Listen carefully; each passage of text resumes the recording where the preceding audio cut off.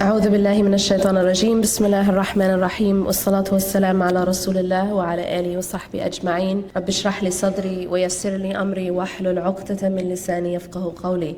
I want to begin by apologizing. I'm a bit sick, but inshallah ta'ala I have enough of a voice to speak to you as of now. I actually want to share just a couple things with you.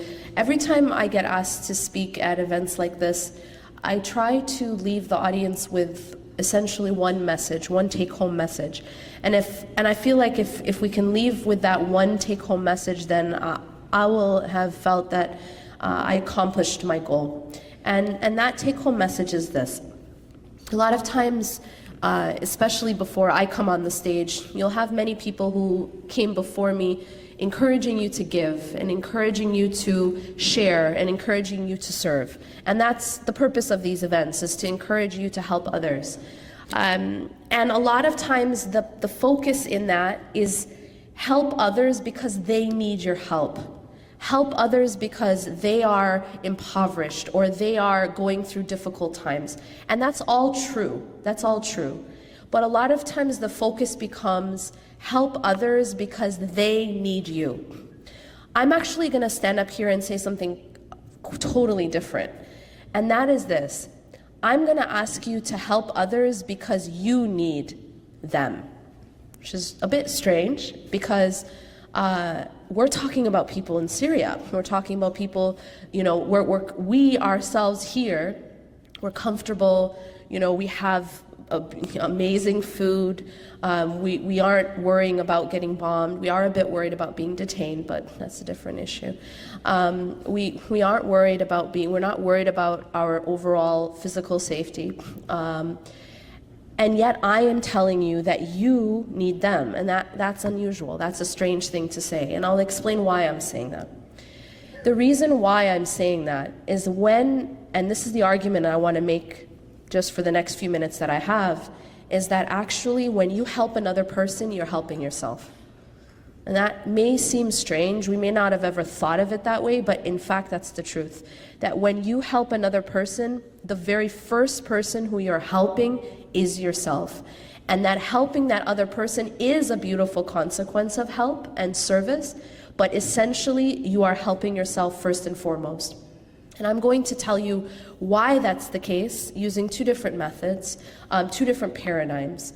So when I talk about this, I like to talk not only from an Islamic point of view, but even just simply from a secular psychology point of view.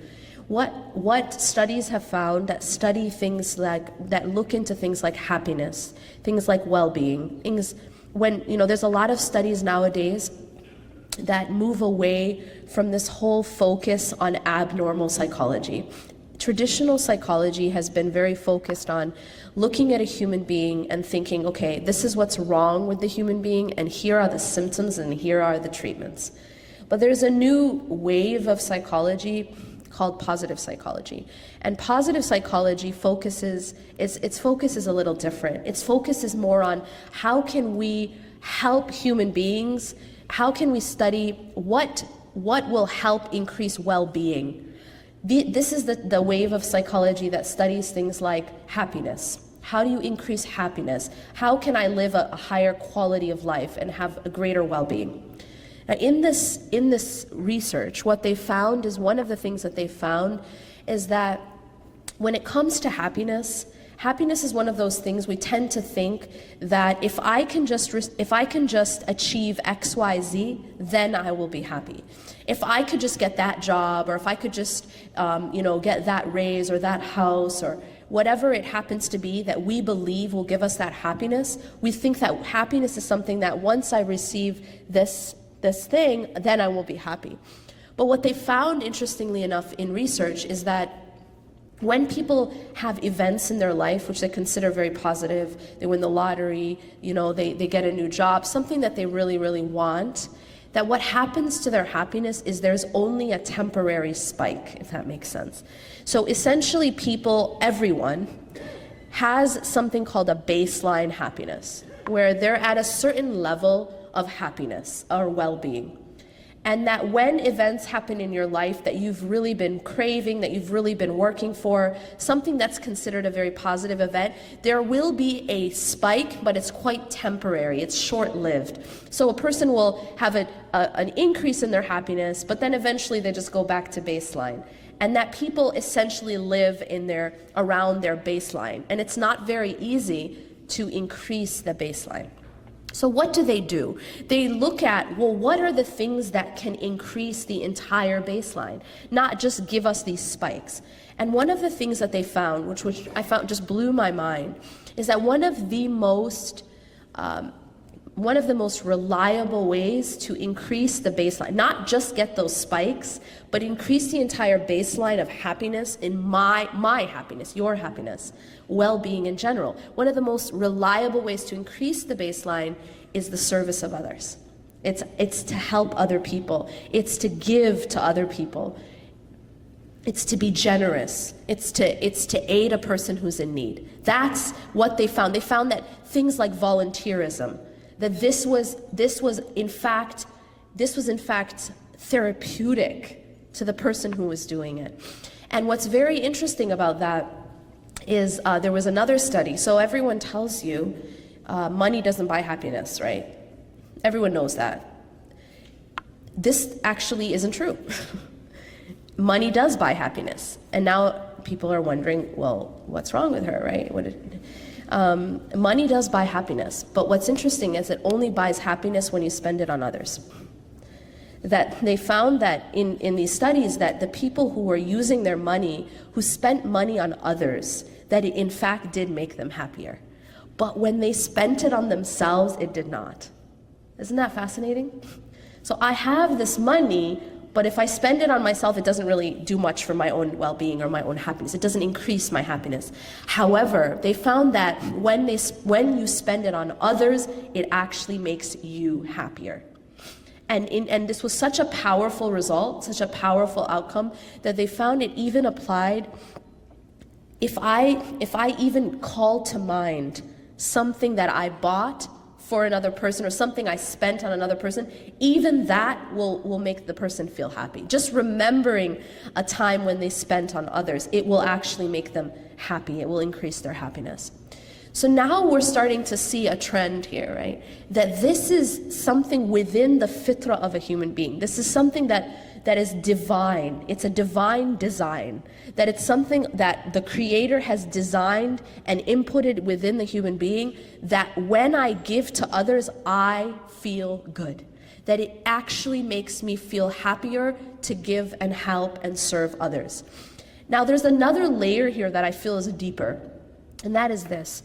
Anytime there is a design within a human being, obviously we know by the Creator, a design within a human being is because Allah, the Creator, God, whatever you call the Creator, intends for us to have a certain outcome. That's why He designed it that way. And when I started reflecting on this fact, the fact that even secular psychology has found the powerful effect of giving, the powerful effect of service, the powerful effect of being, helping one another. And what it made me realize is this is what God wants from us. Because God, the designer, right, the Creator, put within us a nature, a fitrah, that makes it feel good to give. We actually get a reward intrinsically. Do you know what I'm saying? That it's intrinsic within, that immediate reward. Before we wait till the Day of Judgment, we haven't even gotten to that subject yet, right? Just now here, even a person, and this is what's amazing, is Allah created this in the human, even a person who doesn't believe in God, even a person who doesn't have faith is going to feel good giving. That's just the human design. And what that shows us is how much God loves us to give and serve one another. Because He designed us that way. He designed us to actually get pleasure from giving, to get that intrinsic reward when I serve others. And that just blew my mind. That's one of the only ways to increase your baseline happiness. And everything else in the world won't do it. The lottery won't do it, your promotion won't do it, getting whatever power position, it won't do it. But serving others will. And that's amazing. That just shows the power and importance of service to others within the divine design, within that design. Now, something else that they found, and I said, it's very, very difficult to increase that baseline happiness. Something else, only other thing that they found reliably to increase happiness, the entire baseline, is the practice of gratitude, is to show and practice regular gratitude. So something, for example, like keeping a gratitude journal, writing down 5 things every day that you're grateful for will, in fact, increase your baseline happiness, and has been found to be a powerful treatment for depression. That if they have people who are suffering from depression, just having them keep a gratitude journal will actually help them in treating their depression. Similarly, when a person is suffering from depression, when a person is suffering from any kind of difficulty, when they themselves are in a low place, they themselves are suffering, one of the fastest ways to come out of your own suffering is to help another person who's suffering, is to aid another person who is in difficulty, to serve someone else. And in fact, it's extremely therapeutic for the one who's suffering. That it's one of the fastest ways to come back out of your own dark place is to help another person who's in a dark place. So you find that these are just again secular psychological reasons why service is in fact serving myself. That essentially that when I serve another person, I'm actually helping myself, I'm serving myself. Now, if I switch over to the Islamic paradigm, and what does the text say about service? What does the text in the Quran and the Hadith and the Sunnah say about serving others? It'll blow your mind when you read how much emphasis there is within our tradition, within our deen, about serving others and helping others, and the immense reward for that. One of the things, now I told you that I have a take-home message for you. Does everyone remember what it was? Anyone? When we serve others, we are serving ourselves, or rather we help because we are the ones in need of those people and to help. Now I'm going to add another take-home message. And this is something that you'll find is an overall theme. If you scan the text, Quranic, Hadith, Sunnah, if you scan the text, you'll find that there's among many, there is an overall theme. And that theme is this: how I treat the creation is how I should expect God to treat me. That's the message. How I treat others, and this includes all creation, by the way. It includes humans as well as animals. As we know, there are many texts about the treatment of animals and people who were in fact saved because of their treatment of animals, and other people who were punished because of their mistreatment of animals. So in general, the way that I treat the creation is how I should expect to be treated by the Creator. Now that's another very powerful message, right? That's a very powerful understanding, because now all of a sudden, when I am good to others, when I give and I am generous and I serve others, and I am selfless, I am in fact doing what? Because you see, what am I doing? Once I know with certainty that how I treat other people is going to be how God treats me, then all of a sudden my goodness to others is in fact getting goodness for myself from the Creator. And that's a different level, right? Because now we're not talking about human beings giving to me, we're talking about God giving to me. We're talking about God giving to me. That's a different level. And this is found again and again and again throughout the Quran and throughout the Hadith. For example, during the time when Aisha radiallahu anha was being accused of being unchaste, and her father Abu Bakr radiallahu anh found out that one of the people who was accusing her was a relative of him who he was even financially supporting. Now, when he found this out, we can imagine how we would feel, right? Somebody slandering your own daughter, and someone from your family doing it. Not only someone from your family, but someone who you're financially supporting, you're giving financial support to. So what does Abu Bakr radiallahu anh do? He doesn't go and try to get revenge. He's not like going after him. All he does is he withholds the financial support. That's it. Now Allah subhanahu wa ta'ala reveals a verse upon this occasion. He reveals a verse in which he says to Abu Bakr radiallahu anh, addressing this specific case, but of course all people for all time, because it's a timeless book. And in that ayah he says, let them, what's translated as, let them pardon and overlook. Why? Why? In the Surah An-Nur, why?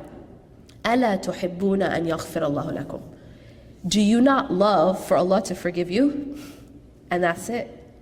So right there, Allah subhanahu wa ta'ala has established a connection, right? And that connection is that when I am a certain way with people, see, if I forgive others, if Abu Bakr radiallahu anh forgave that man, that relative, for what he did, which is something that is unspeakable, what he did, yeah? And if he forgives him, then Allah is saying that there's a connection between that and getting the forgiveness of Allah. And that's a whole different way to look at it, right? Because you and I, we don't like to forgive people sometimes because we feel that they don't deserve our forgiveness, right? He, she doesn't deserve my forgiveness because he, she hasn't done, hasn't kissed my feet enough, hasn't groveled enough, hasn't even said sorry. This relative didn't do any of those things. He didn't do any of those things. But Allah here is completely shifting the focus. The focus is not even about the relative. Allah doesn't say, forgive the relative because he was regretful, or because he said sorry, or because he helped you one time, in the past. It wasn't actually even about, the relative almost becomes irrelevant in the equation. Does that make sense? In the sense that Allah is saying to Abu Bakr and to all of us that how we treat others is really essentially at the root about our relationship with God directly, about me and Allah. And he says, أَلَا تُحِبُّونَ أَن يَغْفِرَ اللَّهُ لَكُمْ. Do you not love for Allah to forgive you? And so it really just became about Abu Bakr and Allah. It didn't, like Allah's taking the relative out of the equation in a sense. It's really a vertical transaction between me and Allah. It's not horizontal. It's not just me and the creation, but that the creation and how I am with the creation becomes a means to get my relationship with God. And that's really, really very mind-blowing. It's very, it changes the way we interact. Because now it's no longer, you see, if I expect that my return will come from above, then I no longer expect it or wait for it from the creation. What this creates is a people who are generous, a people who are giving, a people who are serving of others, a people who are forgiving. Why? Because we know that our pay, in a sense, we know we're getting paid, but by who though? By Allah. When you're working in like a corporation or something, and maybe suppose you're working in customer service or something like that. You're dealing with customers, but the customers aren't the ones paying you, right? You don't get your pay from the customer. So how do you treat the customer even if they're terrible to you? I mean, has anyone worked in retail? Exactly. You know that the customer's always right. The customer's always right. Like, you have to treat the customer absolutely 100%. You have to treat them in the best way. Why? Is it because they're going to pay you at the end of the call? You don't get a cent from the customer, in fact. Or at the end of the transaction, you don't get anything from the customer. And yet, why do you continue to give them the best treatment?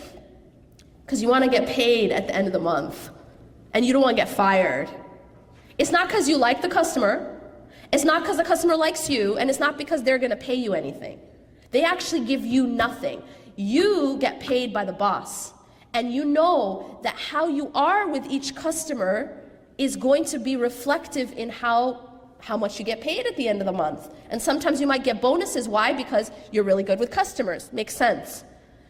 And this, on a much higher divine scale, is how Allah is with us in the creation. That how we are with these customers, as you put it, other people, other creation, is reflective in then how Allah pays us. We get paid from Him. And Allah subhanahu wa ta'ala has an account that's infinite. Makes sense? He doesn't run out. He doesn't run out of payment. He doesn't run out of blessings and mercy. And there's a hadith that actually says this, that says that those who do not show mercy to those on the earth will not be shown mercy from the one in the heavens. That Allah will not show mercy to a person who doesn't show mercy to people. And so what we always have to keep in mind is this: how I am with people, how I am with the creation, is a reflection of how God will be with me, not only in this life, but in the next as well. But also in the next. And that takes me to the next step. I've spoken so far about the reward in this life.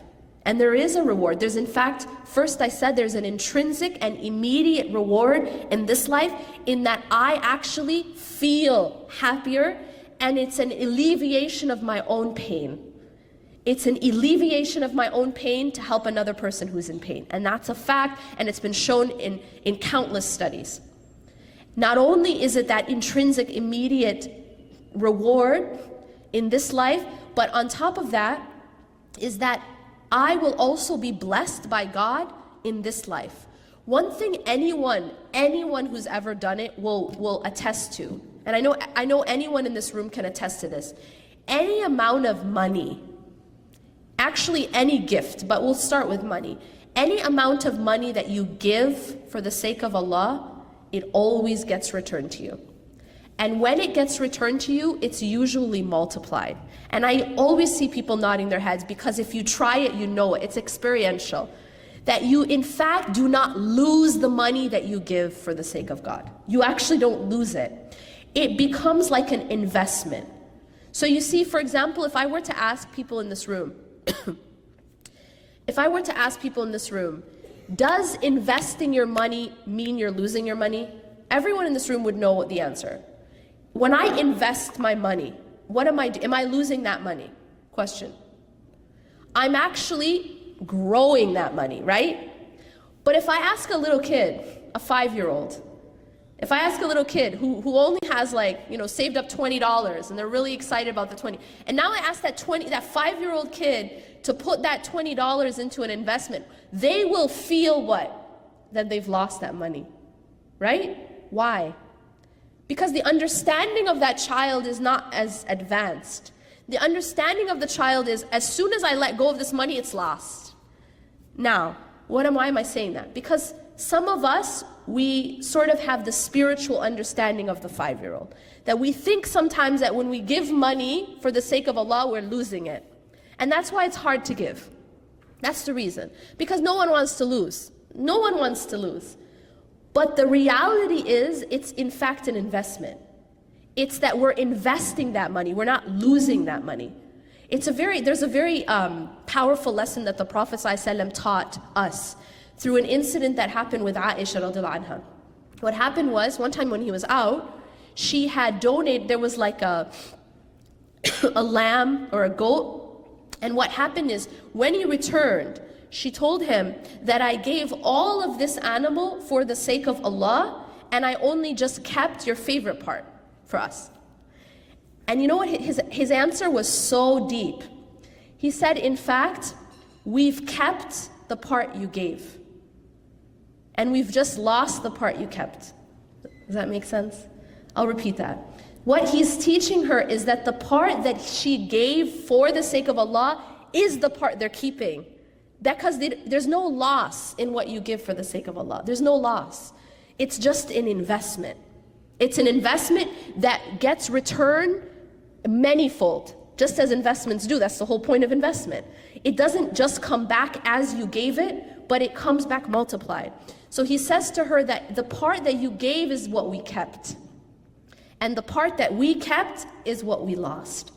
And that's powerful. That's very powerful. We see this exact message in the Quran when Allah subhanahu wa ta'ala tells us, after, in the Quran, what Allah does is He makes oaths. You know, what do you and I do when we want someone to really believe us? We want to really emphasize something we're about to say. What do we say as Muslims? Wallah. Wallah, or I swear, but in Arabic, wallah, wallahi or wallah. What you've done, you've put a waw in front of Allah, which means you're swearing by God. That's what wallah means. Okay, so when we want to emphasize something, we say wallah or wallahi. Allah subhanahu wa ta'ala also makes oaths by His own creation. And so you'll find in the Quran, وَالشَّمْسِ وَضُحَاهَا, this is an oath by the sun, and etc. And there's many different verses where Allah makes an oath. In one of the ayahs, in Surah Al-Asr, Allah subhanahu wa ta'ala makes an oath by time. And if you actually study the surah, it's just 3 ayahs, but scholars say within these 3 ayahs you can understand your whole deen. Very, very powerful ayahs. Allah makes an oath by time. After making this oath, وَالْعَصْرِ إِنَّ الْإِنسَانَ لَفِي خُسْرٍ. Indeed, mankind is in a state of loss. Indeed, mankind is in a state of loss. See, the nature of this life is that we're always losing things. It's an existence that's passing away, right? What are we losing? We're losing time, we're losing health, we're losing our abilities, we're losing beauty. Everything is slowly deteriorating, right? We move towards aging, we move towards sickness. This is the nature of dunya, right? There's nothing you can do about it. No matter how much plastic surgery you get, no matter how many ageless creams you use, you can't stop it from happening, right? And so Allah is telling us this reality. But here's something so powerful. Allah then says that there's an exception. After saying, وَالْعَصْرِ إِنَّ الْإِنسَانَ لَفِي خُسْرٍ, indeed mankind is in a state of loss, overall universal loss, right? Then He says, إِلَّا. إِلَّا means except. So now there's an exception to this rule of loss. There's an exception. Who are those who are exempt? The exception, إِلَّا الَّذِينَ آمَنُوا, except those who believe. إِلَّا الَّذِينَ آمَنُوا وَعَمِلُوا الصَّالِحَاتِ, and do righteous deeds. See, iman by itself, faith, a lot of times people, they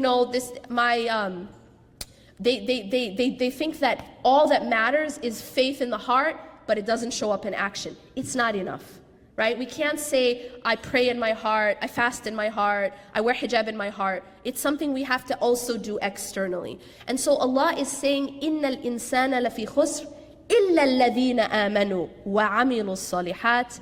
So those who believe, that's the first qualification. The second is they do righteous deeds, that they turn that belief into action. And then, إِلَّا الَّذِينَ آمَنُوا وَعَمِلُوا الصَّالِحَاتِ وَتَوَاصَوْا بِالْحَقِّ وَتَوَاصَوْا بِالصَّبْرِ. It's completely comprehensive. They believe, they do righteous deeds, and then they enjoin others. They call one another. They do not only believe and practice in private, and in their rooms and in their caves and in their masajid, but they go out to the community, they work and they serve and they call others to goodness. Tawasaw bil haqq, they call for truth. These people who are standing and protesting now, right? They are seeing a situation which they believe is unjust. Even if it's not affecting them directly, but they see that it is unjust and they're going and standing for truth. This is what a believer should do. That it's not only what's affecting me and my family, right? It's not only about just praying and fasting and going to the masjid and coming home, but it's also service. It's going out and helping and standing for justice and standing up for what's right. So this is part of the qualifications. They believe, they do righteous deeds. They enjoin one another to truth. وَتَوَاصَوْا بِالْحَقِّ وَتَوَاصَوْا بِالصَّبْرِ. And they enjoin one another to patience. Because in order to take this path, you're going to have a lot of patience. And you're going to have a lot of perseverance. And you're going to have to be able to stand firm. And so what does this teach us? It teaches us that everything we own is actually in a state of loss. That we are in a state of loss of every single thing that we own, our money, our health, our time, except those things which we give to Allah. And so that's really powerful, because our money, just like this example with the goat, our money doesn't go with us in our grave, does it? Is there anyone in this room that's going to take their money with them to their grave? False. We actually can take our money to our grave. How? Well, that sounds insane. The Prophet ﷺ said that when a person dies and enters their grave, all of their deeds end except for three. Except for three. And what are those three things? One of them is something called sadaqah jariyah, which means a sadaqah, a charity that you gave that continues to benefit others. It's actually going to come back to your grave. So your money is coming back to you in your grave, but only that which you gave to Allah. Isn't that powerful? The rest stays. The rest stays. The rest doesn't come back with you. Only that which you give, you keep. And that's the lesson. أقول قولي هذا واستغفر الله لي ولكم إنه غفور رحيم سبحانك الله وبحمدك أشهد أن لا إله إلا أنت أستغفرك وأتوب إليك والسلام عليكم ورحمة الله وبركاته.